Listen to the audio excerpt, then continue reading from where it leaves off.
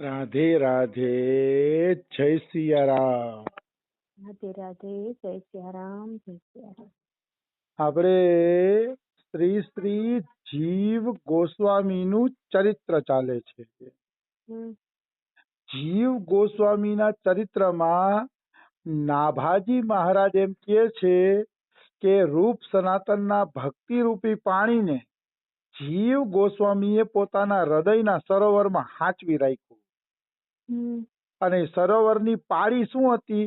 એ સરોવરની પાળી હતી ભજન. ભજન એ જ સરોવરની પાળી છે કે જે ભક્તિ રૂપી જલને છે ને પકડી રાખે છે. હવે આગળ આપણે વધીએ.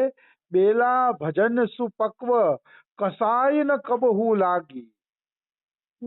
મતલબ જીવ ગોસ્વામી એવા સરોવર હતા કે એ સરોવરમાં છે ને કસાય, કસાય એટલે કાય, આપણી ભાષામાં કાય કહેવાય. કાય ને આપણે શું કઈ? લીલ.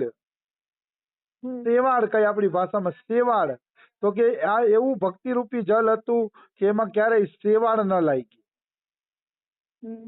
તો આપણે એમ થાય કે આ ભક્તિ રૂપી જળમાં સેવાળ શું છે? તો કે ભક્તિ રૂપી જળમાં સેવાળ છે આ જે માયા છે, માયાના વિકારો છે, એ બધું સેવાળનું કામ કરે છે. એટલે ભક્તિ રૂપી જળની અંદર જો કોઈ સેવાળ હોય ને તો વિષયની આસક્તિ, મનુષ્યની જો વિષયોમાં આસક્તિ હશે તો એ મોટામાં મોટો સેવાળ છે. અને એ સેવાળ એક દિવસ એને લપટાવીને પાડી નાખશે. નિશ્ચિત રૂપે લપટાવીને પાડી નાખશે. એમાં કોઈ એટલે કોઈ શંકા નથી. આવી વસ્તુ છે. એટલે મનુષ્યએ ધ્યાન રાખવું જોઈએ અને વિષયોની સેવાળોથી દૂર રહેવું જોઈએ. પછી જીવ ગોસ્વામી માટે કહે છે વૃંદાવન દ્રઢ વાસ જુગલ ચરણ અનુરાગી. જીવ ગોસ્વામીએ દ્રઢતા પૂર્વક વૃંદાવન વાસ કર્યો હતો અને આજીવન એને ક્યારેય વૃંદાવન છોડ્યું નહોતું. ભાઈ જેને ધામનો રસ મળી ગયો છે, ધામનો રસ જેને ચાખી લીધો છે, એ વ્યક્તિને વૃંદાવન છોડીને જવું ગમતું નથી. પછી ક્યાં જશે વ્રજ છોડીને? અરે વ્રજના રસિકોએ તો અહીંયા સુધી કીધું છે ધામ કે બહાર હરિહુ કોન નિહાર. ધામની બારે સાક્ષાત હરિ પણ જો તમને દર્શન દેવા આવતા હોય તો હરિને પણ ન નિહારો તમે. ધામની બારે તમે હરિના પણ દર્શનની ના પાડી દો. એટલો મહિમા ધામનો બતાવવામાં આવ્યો છે. મિલે કોટી ચિંતામણી યદ્યપી તદપી ન હાથ પસાર. ધામની બારે કરોડો ચિંતામણી તમને મળતા હોય તો પણ હાથ ન ફેલાવો. એ ચિંતામણી બેકાર છે. કારણ કે ધામ જેવું ચિંતામણી એકેય નથી. ધામનો કણે કણ ચિંતામણી છે. ધામનો કણે કણ છે ને ચિંતામણી કરતા પણ વિશેષ છે. એટલે જીવ ગોસ્વામી દ્રઢતાપૂર્વક વ્રજવાસ કરતા. ખરેખર વ્રજવાસની વિધિ શું છે? વ્રજવાસ કેવી રીતે કરવો જોઈએ? તો એનું એ હરિરામ વ્યાસજીનું એક પદ આપ્યું છે, એસે હી બસીએ વ્રજ કી વિધિ. એવી રીતે વ્રજની વિધિઓમાં બસો. વિધિ એટલે લતાપતા. જે વૃક્ષ ઉપર વેલા ચડેલા હોય અને વેલા ચડેલા હોય ત્યાં મંડપ જેવું બની ગયું હોય ને એને વ્રજની વિધિ કહેવામાં આવે છે. એને કહેવામાં આવે છે વ્રજની વિધિ. અને સાધુન કે પનવારે ચુની ચુની ઉદર પોષિયતી શીથની. અને તમારે જો ઉદર પોષણ કરવું હોય તો સાધુઓના આશ્રમે જઈને સાધુની જૂઠન, સાધુના જે જૂઠનના ટુકડા છે એ ટુકડા ખાઈને તમે છે ને તમારા પેટને ભરો. પેટ ભરવા માટે ક્યારેય મેવા મિષ્ટાનની ઈચ્છા કરવી જોઈએ નહીં. જો કોઈ પેટ ભરવા માટે મેવા મિષ્ટાનની ઈચ્છા કરે છે તો એ વ્રજવાસ કરી શકતો નથી. પછી એ હરખી રીતે વ્રજવાસ કરી શકશે નહીં. કારણ કે એને તો આ બધી ઈચ્છા થવા માંડી, ખાવા પીવાની. અરે જે સાધુઓના ટુકડા ઉપર જીવન જીવે છે, વ્રજવાસીઓના મધુકરીના ટુકડા ઉપર જે જીવન જીવે છે એ જ વાસ્તવમાં ખરો વ્રજવાસી છે. અને એને જ ખરેખર વ્રજવાસ કરવાનો અધિકાર છે. હમ નાભાજીને એના ગુરુ પૂછે છે કે કોણ છે જે મારા મનની વાત જાણી ગયું?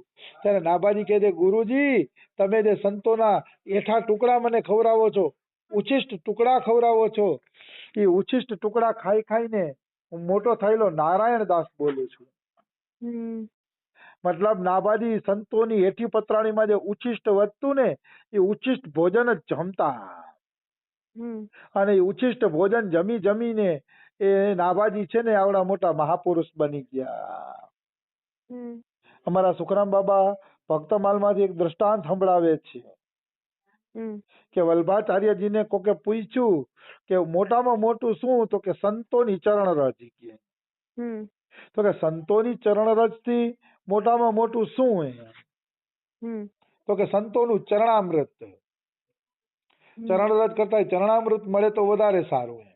હમ તો કે એનાથી ઊંચું શું? તો કે સંતોનું ઉચ્છિષ્ટ પ્રસાદી, મુખની ઉચ્છિષ્ટ પ્રસાદી. હમ તો પૂછ્યું કે એનાથી શ્રેષ્ઠ શું? તો વલ્ભાચાર્ય રોતા રોતા કહે છે, 3 વખત કહે છે કે સંતોની શીથ પ્રસાદીથી ઉત્તમ બીજું કાંઈ નથી, કાંઈ નથી ને કાંઈ નથી.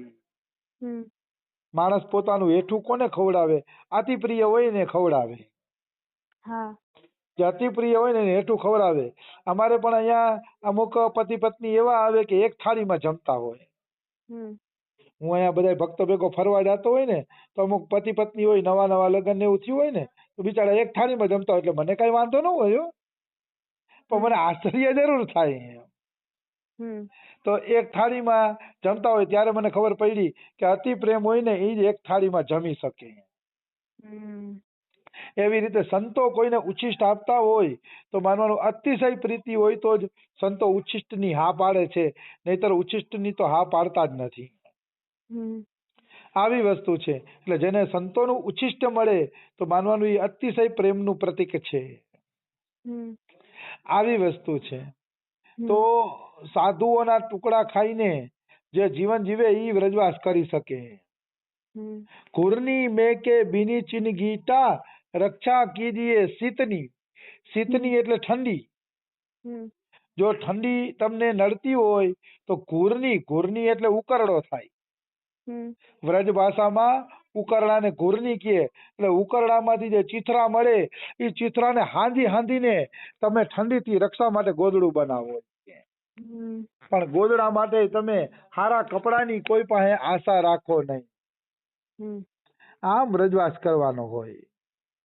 અત્યારના કથાકારો તો આમ ઇસ્ત્રી ટાઈટ કપડાં પહેરતા હોય ને મને એમ થાય કે આ પોતાના શરીરમાંથી નવરા નથી થતા એ બીજાને હું વૈરાગ્ય દેવડાવશે.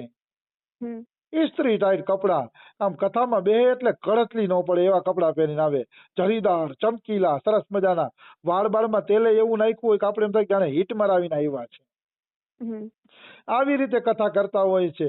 હવે એ જે પોતાના દેહનું પોષણ કરે છે એ આપણે શરીરમાંથી હું આસક્તિ છોડાવવાના છે? બિલકુલ શક્ય નથી. સંત તો એને કહેવાય કે જે ઉકરડાના ચિથરા ગોતીને ચિથરા પણ પહેરી લે. એને દીન દુનિયા હારે કોઈ દી મતલબ ન હોય. દીન દુનિયા દેવરાહા બાબા ખાલી મચાન ઉપર રહેતા. સિદ્ધ મહાપુરુષ હતા તોય ઓલું ખેતરમાં મચાન બનાવે ને ચાલ થાંભલા ખોડીને એવા મચાન ઉપર દેવરાહા બાબા રહેતા હતા.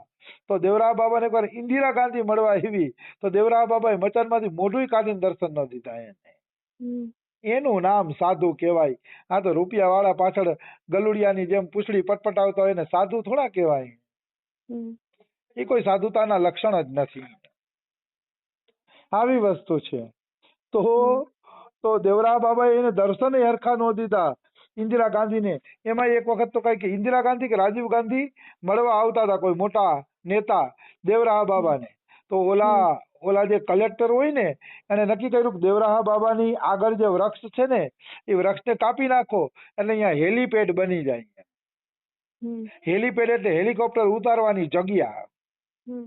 તો કે આ વૃક્ષને કાપી નાખો. તો દેવરાહા બાબાએ કહી દીધું વૃક્ષ કાપતા નહીં કે નેતા મળવા આવે તોય ભલે, ન મળવા આવે તોય ભલે, ખબરદાર કોઈ વૃક્ષ ન કાપતા. તો ઓલો કલેક્ટર દેવરાહા બાબાને કહે છે બાબા તમે આવી આજ્ઞા ન આપો કે મારી નોકરી વહી જશે. જોઈ કે હું એને ઉતરવાની જગ્યા નહીં આપું ને મારી નોકરી વહી જશે. તો દેવરાહા બાબાએ હસતા હતા કીધું ચિંતા મત કરી કે તારી નોકરી નહીં જાય કે હમ તો કાંઈક એવો કાર્યક્રમ બદલી ગયો ને મંત્રીનો કે ઈ અહીંયા મળવા ન આવ્યા અને બીજા કાર્યક્રમે વયા ગયા. હમ એના નસીબ જ નહોતા. જે વ્રજના વૃક્ષને કાપવાનો ઓર્ડર આપે ને એ થોડા કાંઈ સંતોના દર્શન કરી શકે. હમ એનો વ્રજ પ્રત્યે પ્રેમ જ નથી. એમ કેવું હોય તો એ ખોટું નથી. હમ વ્રજ પ્રત્યે જેને પ્રેમ હોય છે એ આવા ઓર્ડર કોઈ દી આપે જ નહીં. હમ એટલે અધિકાર વગર પછી સંતોના દર્શન નથી થતા ને. હમ આવી વસ્તુ છે. તો સંત તો દેવરાહા બાબા ને એને સંત કહેવાય કે આખી જિંદગી કૌપીન પહેરીને એક મચાન ઉપર જ કાઢી દીધી. આજે પણ યમુનાજીની પાર દેવરાહા બાબાની જગ્યાએ મચાન છે આજે પણ. હમ હા એ ખરું કે મચાન લાકડાનું બનાવી નાખ્યું છે, દિવ્ય બનાવી નાખ્યું છે, થોડુંક સમારકામ કરાવી નાખ્યું છે, પણ આજે પણ અહીંયા મચાન છે ત્યાં દેવરાહા બાબા ભજન કરતા. હમ તો મારો કહેવાનો ભાવ શું છે, સંતોમાં સાદગી હોવી જોઈએ. ઇસ્ત્રી ટાઈટ કપડાં પહેરીને કથા કરતા હોય, શું ધૂળ વૈરાગ્ય કરાવશે બીજાને. હમ કુંજ કુંજ પ્રતિ લતા લોટી ઉડ રજ લાગે અંગીથીની. અને કુંજે કુંજે એવી રીતે ફરો કે લતા પતાની રજ તમારા અંગમાં લાગે. વ્રજવાસ કરવો હોય ને ભાઈ, એને જો વ્રજરજ ખંખેરતો હશે ને વ્રજવાસ નહીં કરી શકે. હમ જે માણસને વ્રજવાસ કરવો હોય એને વ્રજની રજને તો છાતીએ લગાડવી જોઈએ, શરીરે લગાડવી જોઈએ. વ્રજ રજને ખંખેરવા વાળો હરખી રીતે વ્રજવાસ નથી કરી શકતો. હમ બિલકુલ નહીં. કારણ કે એક વખત વિજય કૃષ્ણ ગોસ્વામીના દર્શન કરવા કલકત્તાથી એક શેઠ આવ્યો હતો. હમ તો એ શેઠે વિજય કૃષ્ણ ગોસ્વામીને દંડવત કર્યા, પણ દંડવત કરીને ઉભો થઈ ને પાછી રજ ખંખેરવા માંડ્યો. હમ તો રજ ખંખેરવા માંડ્યો ને તો વિજય કૃષ્ણ ગોસ્વામી વૈધા કે અરે ભાઈ આખું જગત આ રજ લેવા માટે આવે છે. બ્રહ્મા વિષ્ણુ શિવ પાર્વતી એ વ્રજની રજને ઈચ્છા કરે છે અને તમને એ વ્રજની રજ મળી છે ને તમે એને ખંખેરી નાખો છો. કે ધિકાર છે તમારા જીવનને. હમ તમારા જીવનને ધિકાર છે કે આવી વ્રજ રજને તમે ખંખેરી નાખો છો. હમ તો આ વ્રજ રજનો મહિમા છે ભાઈ. તો વ્રજ રજ જેને ગમતી નથી એ હરખો વ્રજવાસ કરી શકશે નહીં. એમાં બે મત નથી. હમ અને નિત પ્રતિ દરસ શ્યામ શ્યામા કો નિત જમના જલ પીતની. નિત પ્રતિ શ્યામા શ્યામના દર્શન કરો, મંદિરોમાં દર્શન કરો અને યમુના જલનું પાન કરો. હમ જ્યારે તરસ લાગે ત્યારે યમુના કિનારે વયા જાઓ અને યમુનાજીના પાણી ધરાઈ ધરાઈને પીવો અને ઠાકુરના દર્શન કરો અને મસ્તી લૂંટો. આ જ વ્રજનો અસલી રસ છે. હમ ઠાકોરોના દર્શન થાય, યમુનાજીના પાન થાય, ભૂખ લાગે તો વ્રજવાસીની મધુકરી મળી જાય અને જ્યાં ઓટલો મળે ત્યાં જય જય શ્રી રાધે કરીને આરામથી સુઈ જવાનું. હમ વ્રજવાસની ફક્કડ વિધિ તો આ છે. હમ ફક્કડ જીવન જીવવું હોય ને આ રીતે વ્રજમાં રહેવાનું. કોઈ ઓળખી શું શકે કે આ કોઈ મહાપુરુષ છે. હમ આવી રીતે રહેતા હોય તો કોઈ ઓળખી ના શકે. ફાટેલા લુગડા અને ગોદડા સીવેલા અને વ્રજ રજથી ભરેલા અને એવી રીતે હોય તો કોણ ઓળખી શકે કે આ મહાપુરુષ હશે. હમ નિત પ્રતિ દરસ શ્યામા શ્યામ કો નિત જમના જલ પીતીને ऐसे ही व्यास होत तन पावन ઈ વિધિ વિમલ અતીતની. હરિરામ વ્યાસજી વિશાખા સખીનો અવતાર એમ કહે છે કે આ રીતે જયારે તમે વ્રજવાસ કરશો ને ત્યારે તમારો જીવ જન્મનો ફેરો ટળશે, ત્યારે તમારો જન્મનો ફેરો સફળ થશે. હમ ત્યાં સુધી તમારા જન્મનો ફેરો સફળ થવાનો નથી. એ તો નિશ્ચિત છે.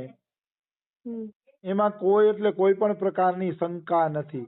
જન્મનો ફેરો સફળ કરવો હોય તો આ રીતે વ્રજવાસ કરવો અતિ આવશ્યક છે, પરમ આવશ્યક છે. વ્રજમાં જેટલું સાદગીથી રહેવાય એટલું સારું. હમણાં મને એક ભક્ત એમ કહેતા હતા કે આટલા સાદગીથી રહી તો અમારે 20,000 રૂપિયા વપરાઈ જાય છે. મેં તો બહુ કહેવાય હો, આટલો તો અમારે નહીં વપરાતો હોય એમ. પણ એમ કહેતા હતા કે આટલી સાદગીથી રહી તો 20,000 વપરાય છે, મોંઘવારી એવી છે એમ કહેતા હતા. પણ ખરેખર થોડીક સાદગી હોય તો વાંધો ન આવે. તો થોડામાં પૂરું થઈ જાય છે અને સાદગીથી રહ્યા ગયા એ જ વ્રજવાસ કરી શકે. ભોગ માટે વ્રજવાસ કરવા આવે એ વ્રજવાસ કરી શકતા નથી. આવી વસ્તુ. તો સમય થઈ ગયો છે. બીજું જીવ ગોસ્વામીનું ચરિત્ર કાલે લઈ લેશી. રાધે રાધે. જય સિયા રામ. રાધે રાધે.